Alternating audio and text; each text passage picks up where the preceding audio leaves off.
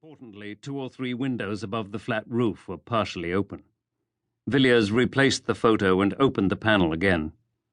25 minutes, Harvey. If I'm not back, get the hell out of it. Conversation I don't need, not on a night like this, Jackson said. Just get it done so we can go home.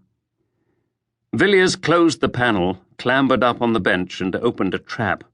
He pulled himself up on the roof and closed it behind him, crouching in the rain. The wall was only a couple of yards away.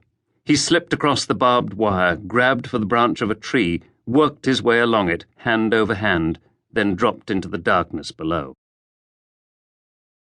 The police officer on security duties at the Grosvenor Place end of the Palace Gardens that morning was thoroughly unhappy with life. Soaked to the skin, wet and miserable, he had paused to shelter under a tree when the Alsatian at his side whined softly. "What is it, boy?" he demanded, instantly alert, and slipped the lead. "Seek, boy, seek!" The Alsatian departed silently, but Villiers, standing beside a tree 20 or 30 yards away, was already alerted by that first whine, and had reached for the aerosol spray he carried in another pouch of his jumpsuit. The dog, specially trained to silent attack, launched itself at him, and his left arm, padded against just such a situation, swung up. The Alsatian chewed savagely at the quilted material, and Villiers sprayed the aerosol into its face. The animal collapsed without a sound and lay still. A moment later, the police officer approached cautiously. "Rex, where are you, boy?" Villiers' hand rose and fell against the back of the neck in one sharp, practiced blow. The police officer groaned and keeled over. Villiers pinioned him, hands behind his back, with his own handcuffs, took the officer's radio receiver from his pocket and slipped it into another pouch of his jumpsuit.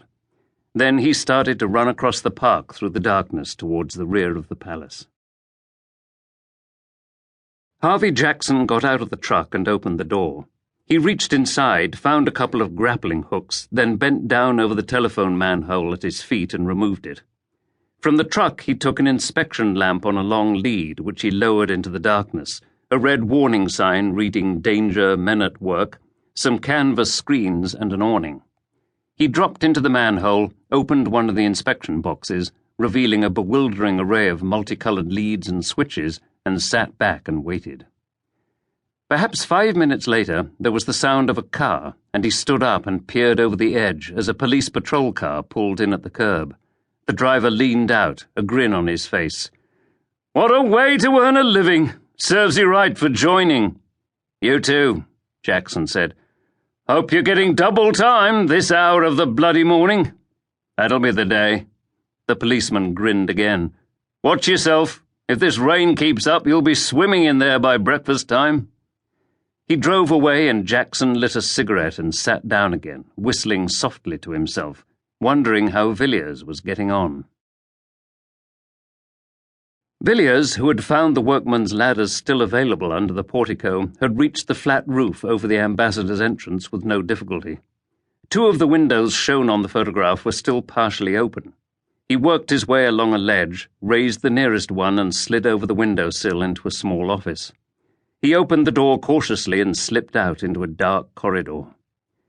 The royal apartments were on the other side of the palace. Completely familiar with the layout from his study of the plans supplied to him, he now moved with considerable rapidity through a maze of corridors, all deserted as he had expected at that time of the morning. Some 5 minutes later, he stood at the end of the corridor leading to the private quarters. The Queen's apartment was only a few yards away, a dining room leading into a sitting room, the bedroom beyond. He knew that.